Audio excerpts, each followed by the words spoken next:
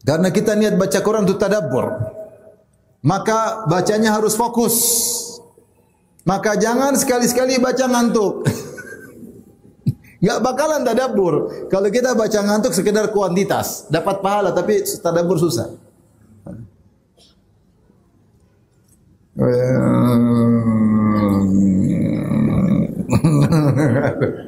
Susah. Gimana mau tadabbur? Mimpi.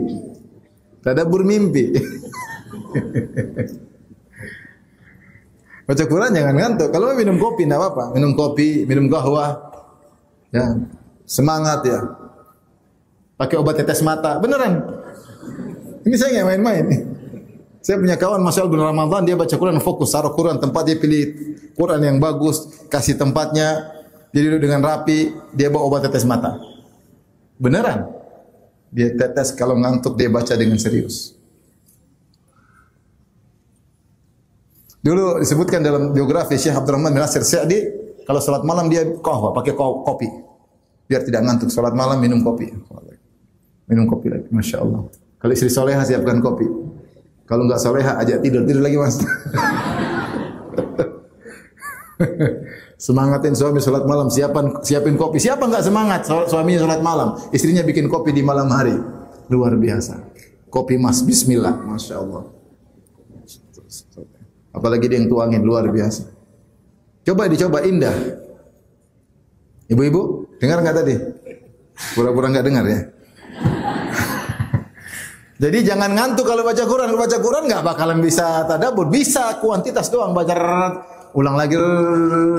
Ya, insya Allah dapat pahala juga. Cuma bukan itu yang dimaksud. Kita baca kualitas. Terus latih diri. Memang baca Quran itu setannya banyak. Jadi baca Quran sedikit, aduh berat, kaku ini kaku. Kalau nyanyi 2 jam enggak kaku-kaku, baca Quran. Gini-gini setengah mati. Ada setannya. Nah, perlu dilatih. Ustaz, kenapa kita berat tadabbur? Karena kita terlalu lama meninggalkan Al-Quran. Baca Quran Ramadan doang. Ramadan berhenti. Sibuk, balik lagi ya sudah. Kita iman perlu di maintenance. Kemampuan baca Quran, ketertarikan Al-Quran perlu di maintenance. Maka setiap hari kita baca Quran, jangan sampai tidak baca Quran, meskipun 1 halaman, tapi kita biasakan baca Quran dengan tadabbur. Meskipun cuma beberapa ayat per hari, tapi kita continue. Kata Nabi SAW, ahabbul amali ilallah adwamuha wa inqal. Amalan yang paling dicintai oleh Allah adalah yang paling berkesinambungan meskipun apa? Sedikit. Jadi baca jangan sambil ngantuk. Yang kedua, baca dengan mematikan pengganggu medsos. Baca Quran HP-nya dimatiin. Kalau mau fokus. Kalau enggak susah. Baca Quran bunyi ting ting. Kita akan mendahulukan medsos daripada Al-Quran. Repot. Udah, matikan baca. Selesai target yang kita inginkan, tambah iman, tambah takwa. Kita kalau baca tadabbur, selesai baca, coba periksa hati. Pasti lebih bahagia daripada sebelum baca. Pasti. Tidak nanti-nanti, langsung. Langsung. Ibu baca bangun malam hari, minum kopi, segar baca Quran, baca ayatnya, baca terjemahnya, baca ayatnya, baca terjemahannya. Setengah jam baca, pasti lebih bahagia, pasti. Tidak menerima penundaan, langsung bahagia, hati langsung berubah. Karena langsung disiram dengan ayat-ayat Allah Subhanahu wa ta'ala. Maka fokus, maka pengganggu seperti HP apa segala matikan dulu agar kita tidak terganggu. Kalau kita baca di masjid, ada orang yang ngobrol, kita jangan putusin Quran, kita bilang belum selesai. Kadang-kadang kita karena enggak enak sama kawan, kita berhenti baca Quran untuk ngobrol sama kawan. Apa enggak sebaliknya, kita enggak enak sama Allah, kita enggak usah ngobrol sama kawan? Ini sebaliknya, kita enggak enak sama kawan, kita berhentikan, kita lagi connecting dengan Allah. Lagi membaca, Allah sedang perhatian kita. Allah sedang perhatikan kita, kita sedang baca firman-firman-Nya, sedang berusaha mempelajari ayat-ayatnya, sedang berusaha mencari hidayah dari ayat-ayatnya. Terus ada kawan aja ngobrol, tutup, kita ngobrol. Maka kalau Ramadan kita sok sibuk. Afwan, belum selesai afwan. Maaf baru baca. Nanti ya, nanti. Tunggu dulu. Seperti itu. Jadi sok sibuk agar kita bisa fokus baca Al-Qur'an. Jadi ini Bapak dan Ibu yang rahmatillah subhanahu wa taala, tujuan kita baca Quran sekarang kita mulai rubah, bukan sekedar kuantitas tapi kita ingin berkualitas. Sekarang saya ajak Bapak Ibu untuk tadabbur satu ayat. Contoh. Buka surat At-Taghabun surat 60 surat berapa? Surat 64 ayat ke-14. Ayat 14. Coba dibuka semua. Surat Taghabun surat 64 ayat 14. Ini contoh saja. Yang punya Quran tadabbur silakan buka. Situ ada suaranya, ada audionya, dan ada tafsirnya, ada tafsir pilih, tafsir taisir. Tafsir itu taisir maksudnya tafsir yang transkrip dari ceramah saya. Ada tafsir Ibnu Katsir, ada tafsir Muyassar, ada tafsir As-Sa'di. Ada 4 tafsir. Coba saya baca firman-Nya, ya ayyuhalladzina amanu, perhatikan. Wahai orang yang beriman. Ini ayat ya.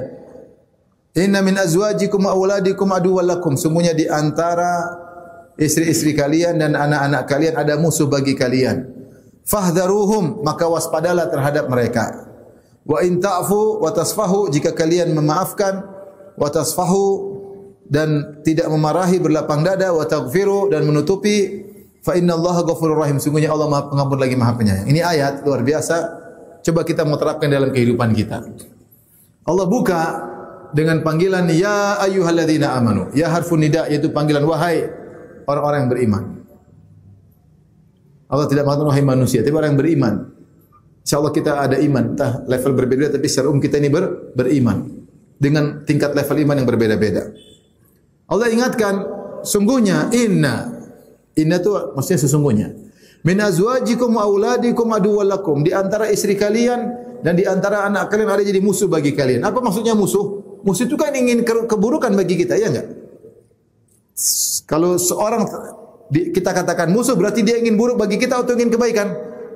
Ingin buruk. Kalau ingin kebaikan namanya kawan. Allah menamakan musuh berarti dia ingin keburukan bagi kita. Allah menjelaskan ternyata di antara istri, di antara anak ada yang jadi musuh. Berarti tidak semua. Tidak semua. Ada di antara istri dan anak yang membantu dekat kepada Allah. Seperti Rasulullah SAW bersabda, liyattakhidh ahadikum qalban syakiran wa lisanan dzakiran wa zaujatan salihatan tu'inuhu ala amril akhirah. Hendaknya salah seorang dari kalian menjadikan hatinya hati yang senang bersyukur, lisannya suka berzikir, dan jadikan istrinya istri yang solehah yang membantu dia urusan akhirat. Ada orang istrinya solehah. Bahkan ada orang banyak dapat hidayah gara-gara istrinya. Banyak, di Jakarta banyak. Suaminya dapat hidayah gara-gara apa? Istrinya. Ini istrinya membantu dia untuk dekat kepada Allah. Dan ada anak-anak demikian, anak-anak yang menasihati orang tuanya ada. Ibunya lagi main HP, anaknya bilang, "Mak, jangan main HP terus, Mak." Ibunya mau beli barang-barang branded, udah lama. Jangan beli barang branded terus. Hutang Abi belum lunas, Mak. Hidup cuma sementara, Masya Allah. Anaknya nasihati orang tua. Ada atau tidak? Ada. Dan itu luar biasa, bahagia. Ada seorang dinasihati oleh anaknya sendiri. Allah datangkan penasihat tidak jauh-jauh, anaknya sendiri menasihati dia. Jadi ada istri dan anak-anak yang mengantarkan kepada surga, teman. Tapi sebaliknya, kata Allah, inna min azwajikum wa auladikum aduwwal lakum. Di antara istri kalian dan anak kalian ada yang jadi musuh bagi kalian, ingin kalian buruk. Fahdharuhum, waspada. Kata Allah, waspada. Jangan kalian saking cinta sama istri, saking cinta sayang sama anak terbawa. Ternyata kalian semakin jauh dari Allah.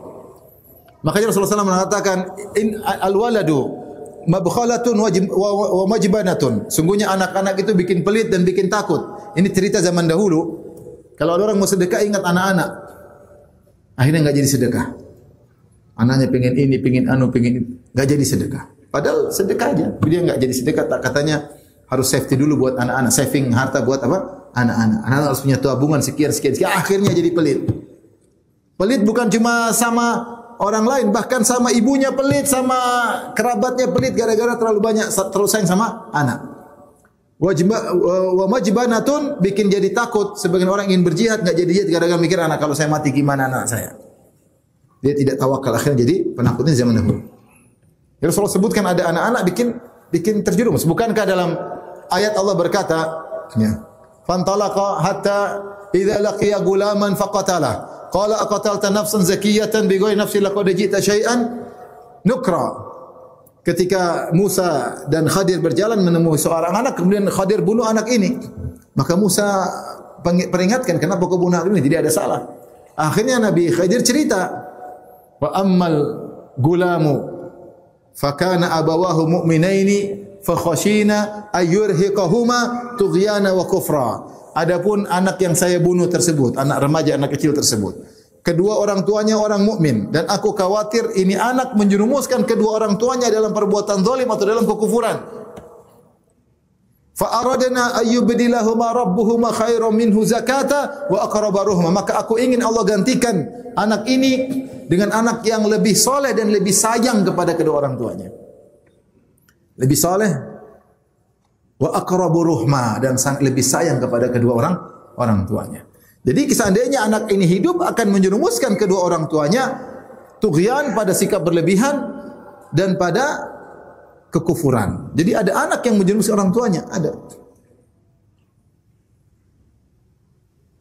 Dan ada istri juga demikian, yang menghalangi suaminya dari kebaikan.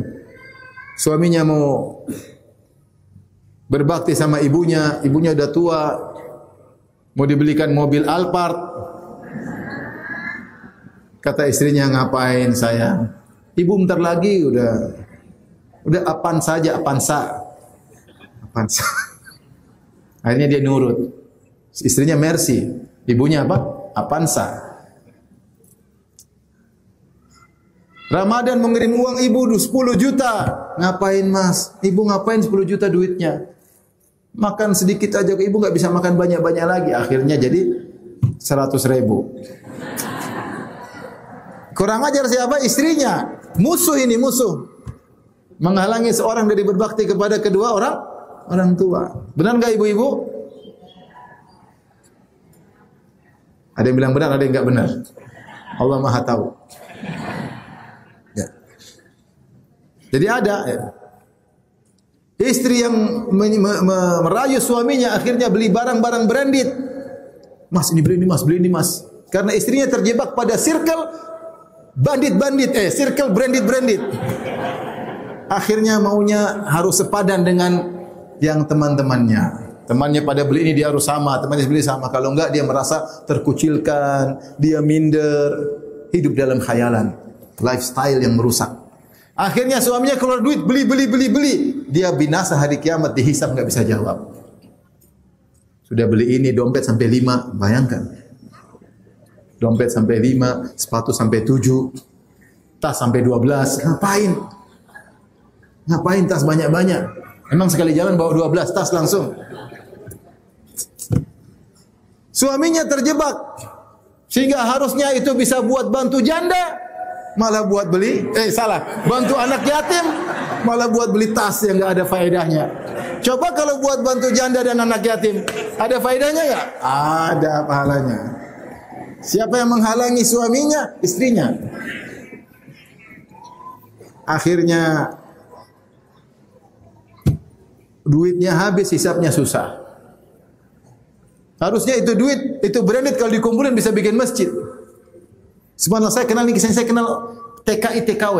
Saya kenal udah lama. Bikin masjid Indonesia bisa kerja keras. Bikin masjid, bayangkan TKI TKW bikin apa? Masjid. Kerja akhirnya majikannya suruh dia bekerja di luar majikannya sampai bisa bikin masjid. Ini branded. Habis duit. Akhirnya susah ketika dihisab oleh Allah Subhanahu wa taala. Ini contoh istri musuh. Berarti ada istri jadi apa? Musuh. Maunya tiap tahun jalan-jalan ke luar negeri. Masya Allah. Padahal di Malang begitu indah. Di Tegal banyak sate Tegal. Ngapain kan? Luar negeri buang-buang duit, maksiat, ini sini. Lihat perempuan terbuka aurat, dengar musik sana sini, maksiat. Suaminya tinggal sami'na wa ata'na, sami'na wa ata'na. nje, bahlul. Taib. Kalau kita baca ayat ini, seakan-akan musuh istri itu, anak itu, ini musuh ini yang Allah bilang gitu. Ternyata disangka kita suruh melawan musuh tersebut, membasmi musuh tersebut, ternyata tidak. Allah mengatakan fahdharuhum, hati-hati. Tapi setelah itu Allah berfirman wa in ta'fu, tapi kalau kalian maafkan. Sifat perempuan seperti itu, anak-anak kadang-kadang seperti itu. Bukan untuk kalian gampar, bukan untuk kalian damprat, enggak. Maafkan, nasihati. Wa in ta'fu wa tasfahu. Ini namanya ihtiras dalam Al-Qur'an disebut al-ihtiras. Al-ihtiras itu metode untuk menangkal kesalahpahaman. Kalau seandainya Allah berfirman, sungguhnya di antara istri kalian dan anak kalian ada musuh, kalian waspada, titik. Mungkin kita mau pukul istri dan anak. Tapi Allah bukan begitu maksudnya ternyata waspada aja. Jangan sampai kamu ngikut, tapi maafkanlah mereka. Endingnya Masya Allah indah. Wa in ta'fu, kalau kalian maafkan. Wa tasfahu, kalau kalian berlapang dada. Wa taghfiru, kalau kalian tutupi kesalahan mereka. Fa innallaha ghafurur rahim, sungguhnya Allah Maha Pengampun dan Maha Sayang kepada kamu. Suami yang seperti ini, istrinya mulai macam-macam dia nasihati, dia tegur, dia berlapang dada, dia tahu begitulah namanya perempuan, tercipta dari tulang rusuk yang bengkok, enggak mungkin lurus, pasti bengkok melulu. Dia sabar, sadar, dia maafkan, berlapang dada. Kemudian yang menakjubkan, sebagian ulama menafsirkan wa taghfiru, dia tutup. Dia cerita sama teman-teman, istri saya, wah, ngabisin duit saya. Inilah ngomel tiap hari lah. Enggak, dia enggak pernah cerita.